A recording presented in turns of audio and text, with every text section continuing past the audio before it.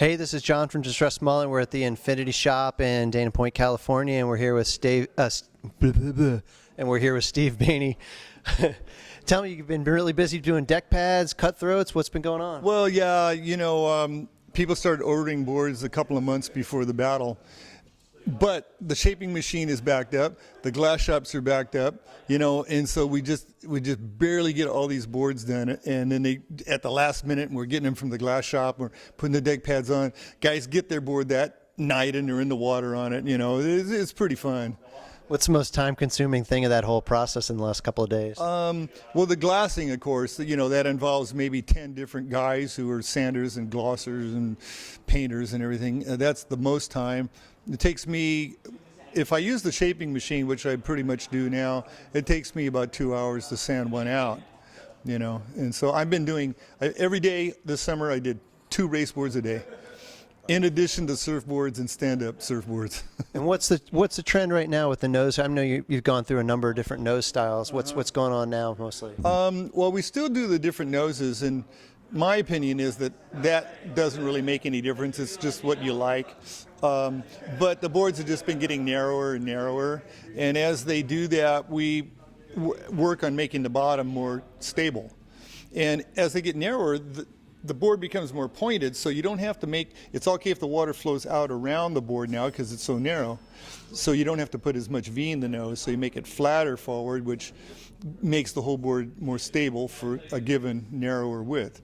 And that, and then really working with different rockers, it turns out that like everything else, one rocker is good for flat water, and another rocker is good for downwind, and another rocker is good for upwind, and just trying to figure out which rocker you want for your conditions. Yeah, for this specifically with this this surf style and buoy style, yeah. I mean, how is that varying from most of the race boards you've been doing? What we found out is you can make a little bit faster board with a little bit straighter rocker, and then they're just really difficult to control and surf. You're way back in the tail, and you're just barely keeping the nose out. And for especially like the Battle of the Paddle, and in California, a lot of the races are in and out of the surf, so you put more rocker in it, and maybe put V in the tail too, which makes it more steerable, instead of running the concave all the way throughout the tail, and so you make them more surfable. Has anyone been ordering any of the twins? Have you been experimenting with the 2-fin setup in the back, or has any of that worked out? We haven't. Maybe there's people doing it. I just think 1 fin is the way to go, but why add more weight and have more fins? Because no doubt what they're going to do, they're going to put 2 smaller fins. Why not just have 1 big fin? That's my opinion. But what I have learned over the years, like for years I shaped lay-down racing paddleboards from the early 70s. And it was pintails. That's, I think for lay-down, you're not trying to balance. And so for quite a long time I made pintail stand-up race boards. And then finally everybody, including myself, realized that the stability you gain from the wide square tail more than compensates for whatever, if the pintail is faster, but I don't even think it is, because now you get the rocker right on, the water comes off the tail anyway. So I guess what I'm saying is you learn that things that you didn't think were right, you find out, oh, well, they are right, so maybe twin fin is right. Well, actually, that brings up a really good point, because we've seen a huge rise in prone paddleboards where we are. Have you had more orders for them recently? Have you seen It's the opposite here. The prone paddle guys have switched over to stand-up. And even a lot of the outrigger guys are crossover outrigger to stand-up. So it's the opposite here. Yeah. Well, how about the tandem world? Because I know you've sent a couple of tandems out to the East Coast. Well, we love the tandem stand-up boards, and it's it's like most sports. If you look at bicycle racing or tandem bicycles or tandem anything, tandem surfing, there's always a smaller population of tandem guys, and to me, I just can't even understand it. If I was not married, I'd want one, because I could take all the girls out. If I am married, it's just so good to take your wife that you go really fast. I'm way faster on the tandem with my wife than I am by myself on a board by myself. So everybody's happy, you're faster. And so, yeah,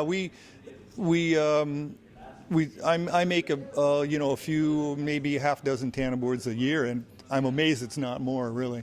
It's so fun. Is anyone breaking out the quad this year? David and Jack and Mel are going to do 3 people on the quad. And have you been on that?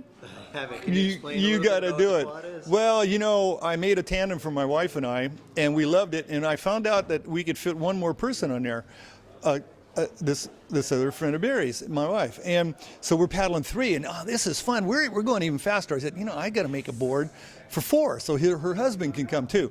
So we all stood in a line with our paddles, and I got the tape measure and figured, okay, this thing's got to be long enough, and I figured out how long it had to be, and you had to figure out the balance, where the flotation is, you know, all this stuff, and the rocker, the whole thing.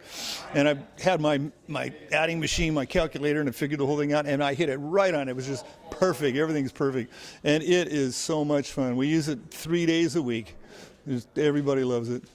What do you do when you get on a wave with that? You don't get on a wave.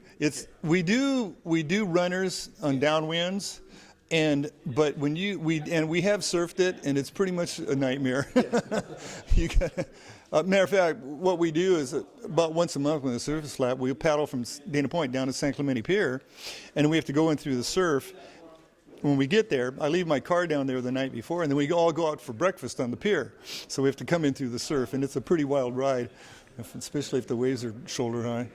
Well, thank you for your time. I know how busy you are with getting all these boards together and all these people coming through. One last thing. I mean, who are your team riders coming in? How far are they coming in from? Is Patrice coming in this year? Patrice, I don't think he races too much anymore, maybe locally in Tahiti. Well, Slater is here, and he's been working out, and Anthony Villa, and a new guy named Sean. He was an Olympic paddler, and like Jimmy Terrell, and there's a bunch of guys. You know, local guys that are all here. Yeah. Well, cool. Well, really cool really cool talking to you today, and I'm stoked to get some time from you. I know how busy you are. Thanks. Fine. Thanks.